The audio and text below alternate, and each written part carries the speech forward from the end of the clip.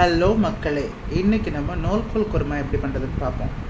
Pressure குக்கரில் 2 table spoon எண்ணெய் விட்டுட்டு 3 பொடியாக நறுக்கின நூல்கோல், 2 மீடியம் சைஸ் வெங்காயம், இது ரெண்டுத்தையும் நல்லா வதக்கிக்கங்க.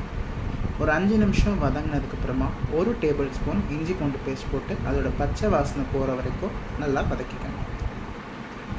அந்த பச்சை வாசனை போனதுக்கப்புறமா நீங்கள் 2 தக்காளி மீடியம் சைஸ் அதையும் பொடியாக நறுக்கிட்டு வதக்கிடுங்க. அந்த தக்காளியிலே நீங்கள் 1/2 டீஸ்பூன் மஞ்சள் பொடி, 2 டீஸ்பூன் வெறும் மிளகாய் பொடி, 2 டீஸ்பூன் தனியா பொடி, இது எல்லாத்தையும் கலந்துட்டு நல்லா வதக்குங்க. வதக்கிட்டு முங்குற அளவுக்கு தண்ணி விட்டுட்டு தேவையான அளவு உப்பு விட்டுட்டு ஒரு 4 விசில் போட்டு வச்சு இறக்கி வச்சுருங்க. இந்த மீன் டைம் அதுக்கு மசாலா நம்ம ரெடி பண்ணுவோம்.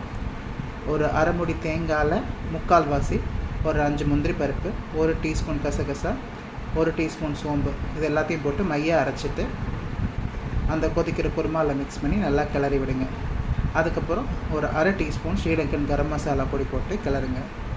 குழம்பு நல்லா திக்காயிடும்.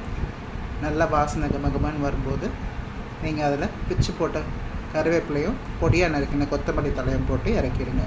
டேஸ்டியான நூல்கோல் குருமா ரெடி. மட்டன் குருமா ரெஞ்சுக்கு டேஸ்ட்டாக இருக்கும். இட்லி, தோசை, சப்பாத்தி, பூரி, பரோட்டா எல்லாத்துக்கும் சூப்பராக இருக்கும். ட்ரை பண்ணி பார்த்து உங்கள் கமெண்ட்ஸ் என்னன்னு சொல்லுங்கள்.